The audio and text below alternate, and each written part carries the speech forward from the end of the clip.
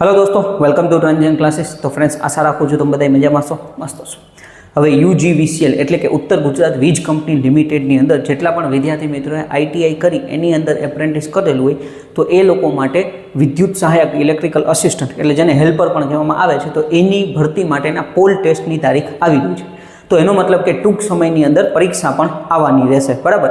તો હવે એ પરીક્ષાની તૈયારી કઈ રીતના કરવી, કયા સબ્જેક્ટ વાંચવા, એના વિશે આપણે આ વિડીયોની અંદર ચર્ચા કરવાની છે, બરાબર। બની શકે તમે આ વર્ષે પહેલી વખત જ પરીક્ષા દેવાના હો અથવા તમે આની પહેલાં એકાદી વખત પરીક્ષા આપેલી હોય, બરાબર। તો જેટલું હું સમજાવું છું એટલું પ્રોપર વ્યવસ્થિત રીતે તૈયારી કરશો તો તમને આરામથી આની અંદર તમે સારો સ્કોર મેળવી અને નોકરીની અંદર લાગી શકો છો, બરાબર। સૌથી પહેલાં તમે જુઓ તો કે ભાઈ આપણે જનરલી 8 થી 9 વિષય જે પરીક્ષાના જે ટોપિકો હોય ને, બરાબર, તો એ પ્રમાણે 8 થી 9 વિષય તૈયાર કરવાના થાય। આ તમે આઈટીઆઈની અંદર ભણીને જ આવ્યા છો, બરાબર। આ બધા વિષય તમારી આઈટીઆઈની જે બુક હોય છે એની અંદર હોય જ છે, એ જ આપણે અહીંયા તૈયાર કરવાના થશે, બરાબર। સૌથી પહેલાં તમે જુઓ તો પહેલા નંબરનો જે સબ્જેક્ટ છે એ બેઝિક ઇલેક્ટ્રિકલ છે, બરાબર। જે આપણો ઇલેક્ટ્રિકલ વાયરમેન હોય કે ભાઈ એ બધાનો મેઇન આપણો સબ્જેક્ટ છે બેઝિક ઇલેક્ટ્રિકલ। કરંટથી શરૂઆત થાય, આમ જનરલી જો કે એટમ એટલે કે પરમાણુથી શરૂઆત થાય, બરાબર, ઇલેક્ટ્રોન, પ્રોટોન, ન્યુટ્રોન।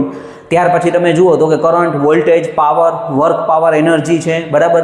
અને ત્યાર પછી તમે જુઓ પોટેન્શિયલ ડિફરન્સ શું છે, ઈએમએફ શું છે, ઓકે, જૂલનો નિયમ, ઓહમનો નિયમ, KCL, KVL, ફેરાડેનો નિયમ, Fleming's right hand rule, left hand rule એટલે ડાબા હાથનો નિયમ, જમણા હાથનો નિયમ, આ બધા ટોપિક જે છે, ઇન્ડક્ટર, કેપેસિટર, રજિસ્ટરને અસર કરતા પરિબળો, સિરીઝ પેરેલલ, બરાબર, આ બધા ટોપિક તમારે આની અંદર કવર કરવાના થાય। આ સારામાં સારું આવડતું હશે તો બીજા સબ્જેક્ટ પણ સારા આવશે અને સૌથી આમ જોવા જઈએ તો વધારે વેટેજ ધરાવતો વિષય પણ બેઝિક ઇલેક્ટ્રિકલ છે, એટલે આ તમને વ્યવસ્થિત રીતે આવડતું હોવું જોઈએ, ઓકે। પછી બીજા નંબરનો વિષય છે ઇલેક્ટ્રિકલ મશીન્સ। હવે અહીંયા લખ્યું છે ઇલેક્ટ્રિકલ મશીન્સ, પણ તમને બધાને આઈડિયા છે કે મશીનની અંદર ટોટલ 5 થી 7 મશીન્સ આવે છે। ટ્રાન્સફોર્મર, એ સિંગલ ફેઝ 3 ફેઝ, બરાબર, ટ્રાન્સફોર્મર। ત્યાર પછી આપણે induction motor single phase 3 phase એટલે આમ જોવા જઈએ તો 4 થયા, બરાબર, નકર 2 ગણતરી કરો।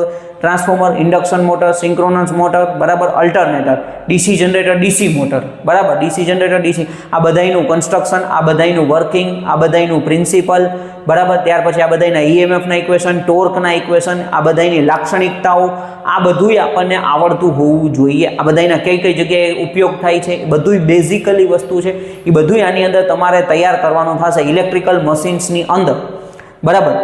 એટલે બીજા નંબરનો મોસ્ટ વેટેજ ધરાવતો આપણો સબ્જેક્ટ છે ઇલેક્ટ્રિકલ મશીન। હવે એના પછી તમે જુઓ તો કે ભાઈ આપણી પાસે જે ત્રીજા નંબરનું પાવર સિસ્ટમ। હવે પાવર સિસ્ટમ જે છે તો કે તમારે કામ જ આ પાવર સિસ્ટમની અંદર ડિસ્ટ્રીબ્યુશનની અંદર કરવાનું છે, તો એની અંદર 4 વસ્તુ આવે। જનરેશન એટલે કે પાવર જનરેશન કેવી રીતના થાય છે, સોલાર, ત્યાર પછી wind, thermal power station, nuclear power station, hydro power station, બરાબર। ત્યાર પછી ટ્રાન્સમિશન, ઓકે, તો ટ્રાન્સમિશનમાંથી ક્વેશ્ચન પૂછાઈ શકે છે। ડિસ્ટ્રીબ્યુશનમાંથી તમને ક્વેશ્ચન પૂછાઈ શકે છે, બરાબર, કયા કયા પ્રકારની ડિસ્ટ્રીબ્યુશન સિસ્ટમનો આપણે ઉપયોગ કરીએ છીએ। અને પ્રોટેક્શનમાં જુઓ તો કે સર્કિટ બ્રેકર, આઇસોલેટર, બરાબર, અર્થિંગ સ્વિચ છે, આ બધાયમાંથી તમને ક્વેશ્ચન આવી શકે છે। તો આ આખું પાવર સિસ્ટમ તૈયાર કરવાનું થશે। આ ત્રીજા નંબરનો મોસ્ટ વેટેજ ધરાવતો સબ્જેક્ટ છે, બરાબર।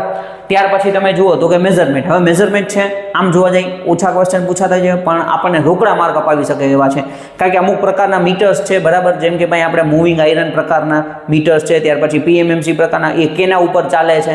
2 વોટ મીટરની જે મેથડ છે એમાંથી હર વખતે ક્વેશ્ચન આવે છે અને આવે જ છે, બરાબર। પાવર મેઝરમેન્ટ જે છે 2 વોટ મીટર અથવા એમાંથી તમારે પાવર ફેક્ટર કયો છે એ આપણે કહેવાનું હોય, તો એ મેઝરમેન્ટમાંથી હર વખતે હોય છે, તો એ આપણને આવડતું હોય તો રોકડા માર્ક આપણને મળી જાય, ઓકે। પછીનો ક્વેશ્ચન જુઓ તો કે બેઝિક ઇલેક્ટ્રોનિક્સ। હવે બેઝિક ઇલેક્ટ્રોનિક્સમાં તમે જુઓ ને તો કે તમારે બેઝિક ઇલેક્ટ્રોનિક્સ એમાં પાછું એટમથી શરૂઆત થાય, પછી trivalent, tetravalent, pentavalent, okay, P type, N type semiconductor, PN junction diode, પછી તમે બેઝિકલી તમે જુઓ ટ્રાન્ઝિસ્ટર શું છે, એના સિમ્બોલ્સ, SCR શું છે। SCR આમ તમે પાવર ઇલેક્ટ્રોનિક સબ્જેક્ટ કહો ને આની યાર એડ કરી દો ને તો પણ ચાલે, બરાબર।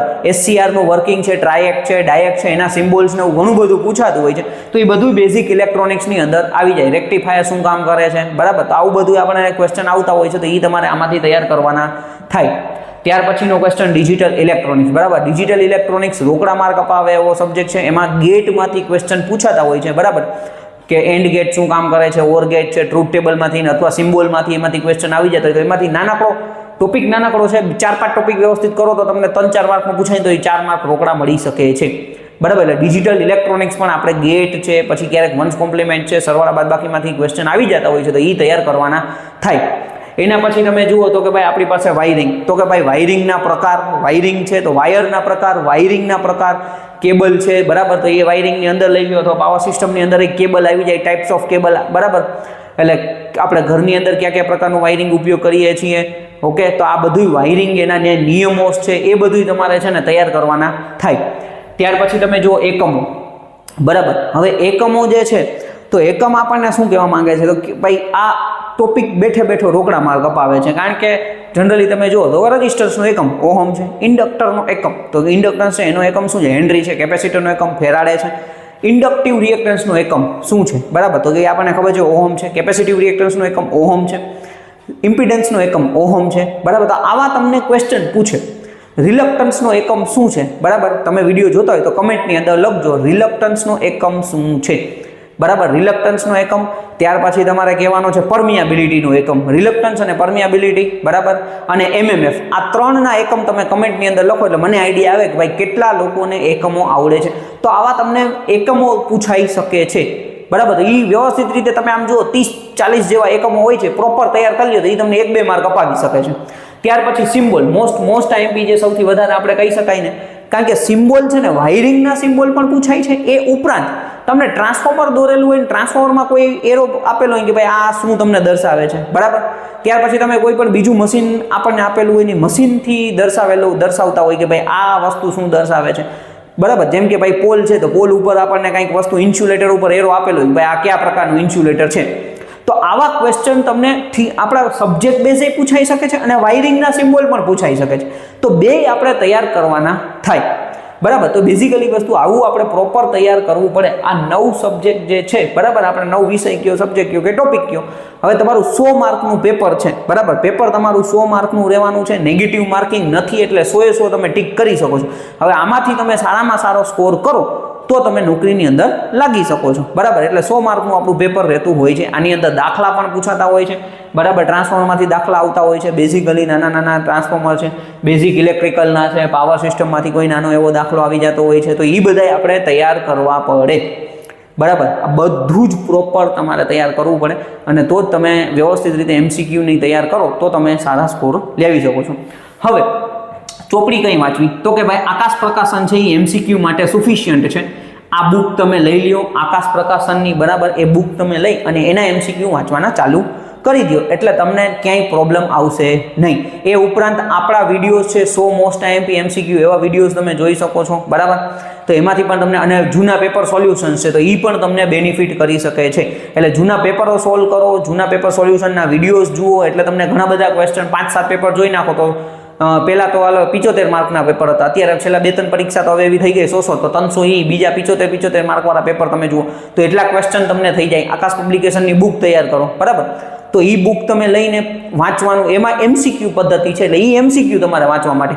આના માટે થિયરી માટે આપણા વિડીયોઝ છે મિશન જેટકો, યુટ્યુબની અંદર ફ્રી ઓફ કોસ્ટ છે. ખાલી એટલું લખશો ને મિશન જેટકો એટલે મેં એક બેઝિક ક્રેશ કોર્સ જેવું આપણે યુટ્યુબની અંદર મૂક્યું હતું જ્યારે જેટકોની પરીક્ષા હતી ને. હવે એ 10, 12 કે 15 જેવા વિડીયો છે, એ વિડીયો જોઈને ઘણા બધા વિદ્યાર્થી મિત્રો નોકરીએ લાગેલા છે, બરાબર. એ લોકોએ મહેનત પહેલાંથી કરેલી જ હશે, એવું નથી કે ભાઈ મારા વિડીયો જોઈને જ એ લાગેલા છે, પણ એ લોકોએ આ વિડીયો જોઈને ઘણો બધો બેનિફિટ થયો છે. એટલે એ ફ્રી ઓફ કોસ્ટ છે, તમે આરામથી ખાલી યુટ્યુબમાં મિશન જેટકો લખશો, મિશન જેટકો તરત આવી જશે, બરાબર. ઘણા લોકોને એમ થાય કે તો યુજીવીસીએલનું શું, ભાઈ આ સિલેબસ જ ભણાવેલો છે, બરાબર, તો એ તમે જોશો તમને ફાયદો થશે, બરાબર. એટલે ટ્રાન્ઝિયન્ટ ક્લાસીસ આપણી છે તો યુટ્યુબના વિડીયોઝ તમે જોઈ શકો છો. મેં તમને કીધું એ પ્રમાણે મિશન જેટકો છે, પેપર સોલ્યુશન છે, ટેસ્ટ આપી શકો છો. આપણા ટ્રાન્ઝિયન્ટ ક્લાસીસ એપ્લિકેશન ડાઉનલોડ કરી લો, ડિસ્ક્રિપ્શનમાં લિંક આપેલી છે, બરાબર. ત્યાંથી તમે એપ્લિકેશન ડાઉનલોડ કરી લો, ત્યાંથી તમે ફ્રી ઓફ કોસ્ટ ટેસ્ટ આપી શકો છો.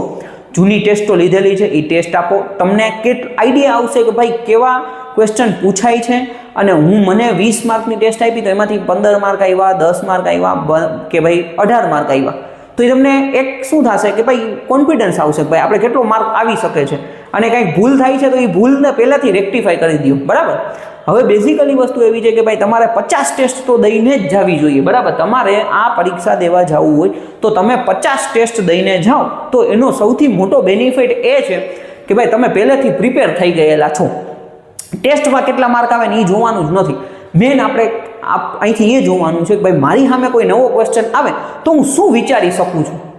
આ એબિલિટી આપણે ટેસ્ટ આપીને તમારે એમાંથી સોલ્વ કરવાની છે, બરાબર? તો તમને ઘણો બધો બેનિફિટ થઈ જશે કે ભાઈ આપણે સામે કોઈ પણ નવો ક્વેશ્ચન આવે તો આપણે શું વિચારીએ છીએ, કારણ કે પરીક્ષાના સમયમાં આપણે એ વિચારીને ઓન ધ સ્પોટ આન્સર દેવાનો છે, તો એ ટેસ્ટ તમને એ માહોલ આપી શકે છે, બરાબર? એટલે ખાસ ટેસ્ટ તમે ટ્રાન્ઝિયન્ટ ક્લાસીસ એપ્લિકેશનની અંદર ફ્રી ઓફ કોસ્ટ છે, બરાબર? તો તમે આરામથી આપી શકો છો. ત્યાર પછી જૂના પેપરનું સોલ્યુશન મેં આપેલા છે, વિડીયોઝ છે, તમે ખાલી કોઈ પણ UGVCL paper VS paper solution, PGVCL VS paper solution, DGVCL VS paper solution તમે લખશો એટલે આપણો વિડીયો આવી જશે, બરાબર? તો એ બધા વિડીયોઝ તમે ખાસ જોઈ નાખો, બધાના પેપર સોલ્યુશન જોઈ નાખો, તમને ઘણો બધો બેનિફિટ થશે, બરાબર? એટલે આટલું વ્યવસ્થિત રીતે કરશો તો તમને ઘણો બધો ફાયદો થશે. આટલા વિષયો તૈયાર કરવાના છે, પ્રોપર તૈયાર કરવાના છે, એના માટે તમે તમારી જે નોટ્સ બનાવેલી તો નોટ્સ બનાવેલી છે, બરાબર? તો એ વાંચી શકો છો, તમારી ITIની બુક વાંચી શકો છો, વિડીયો જોશો એટલે તમને ઘણો બધો એમાંથી ફાયદો થઈ જશે. ખાલી મિશન ઝટકો જોશો તો તમને ઘણા બધા બેનિફિટ્સ એનાથી મળી જશે, બરાબર? હવે આપણું ટેલિગ્રામ ગ્રુપ છે અને વોટ્સઅપ ગ્રુપ છે, એની અંદર ખાસ જોડાઈ જાઓ, એટલે જે કંઈ પણ માહિતી આવે તો એ તમને મળતી જાય, બરાબર? વોટ્સઅપ ગ્રુપ ને ટેલિગ્રામ ગ્રુપની અંદર ખાસ ડિસ્ક્રિપ્શનમાં લિંક આપેલી છે, ત્યાંથી જોડાઈ જાઓ એટલે તમને કોઈ પણ પ્રકારની પરીક્ષાને લગતી માહિતી મળે, કાંઈ નવા વિડીયો આવે તો એ તમને ત્યાંથી મળી જશે, બરાબર? આ ઉપરાંત આપણા ટ્રાન્ઝિયન્ટ ક્લાસીસ એપ્લિકેશનની અંદર ટૂંક સમયમાં UGVCLનો ક્રેશ કોર્સ હું લોન્ચ કરી દઈશ, બરાબર? હર વખતે પરીક્ષાઓ માટે હું ક્રેશ કોર્સ લોન્ચ કરતો હોઉં છું, તો એ હું લોન્ચ કરી દઈશ. એ તમે ઇનકેસ તમારી ઈચ્છા હોય તો તમે પરચેસ કરી શકો છો. એવું હાર્ડ એન્ડ ફાસ્ટ નથી કે ભાઈ કોર્સ લ્યો ને લ્યો, બરાબર? તમને ઈચ્છા થાય, મજા આવે તો. પણ હું તમને અત્યારે પહેલાં સલાહ એ આપું છું કે મફતમાં તમને જે મળે છે, યુટ્યુબના મિશન ઝટકો જોઈ નાખો, પેપર સોલ્યુશન જોઈ નાખો, એપ્લિકેશન ડાઉનલોડ કરીને ટેસ્ટ તો ફ્રી છે એ આપો. આટલું તો ફ્રી ઓફ કોસ્ટ છે, આટલું તો તમે લાભ લઈ જ લ્યો, બરાબર? ઓલો 3 ઇડિયટનો ડાયલોગ છે ને, જહાં સે મિલે વહાં સે જ્ઞાન બટોર લો. તો આ જે ફ્રી છે બધું લઈ લ્યો, પછી તમને મજા આવે, તમને એમ થાય કે હવે આપણે કંઈ વધારે કરવાની ઈચ્છા છે તો તમે કોર્સ ઉપર જોઈ શકો છો. બાકી આટલું કરીને પણ પહેલેથી તૈયારી કરતા હોય તો એ લોકો નોકરીએ લાગી શકે છે, બરાબર? આશા રાખું છું બધું તમને વ્યવસ્થિત રીતે સમજાણું હશે. કાંઈ પણ ક્વેશ્ચન હોય તો તમે કમેન્ટ કરી શકો છો, તો તમે મને પર્સનલમાં મેસેજ કરજો, હું તમને આન્સર આપીશ. Okay, thank you friends.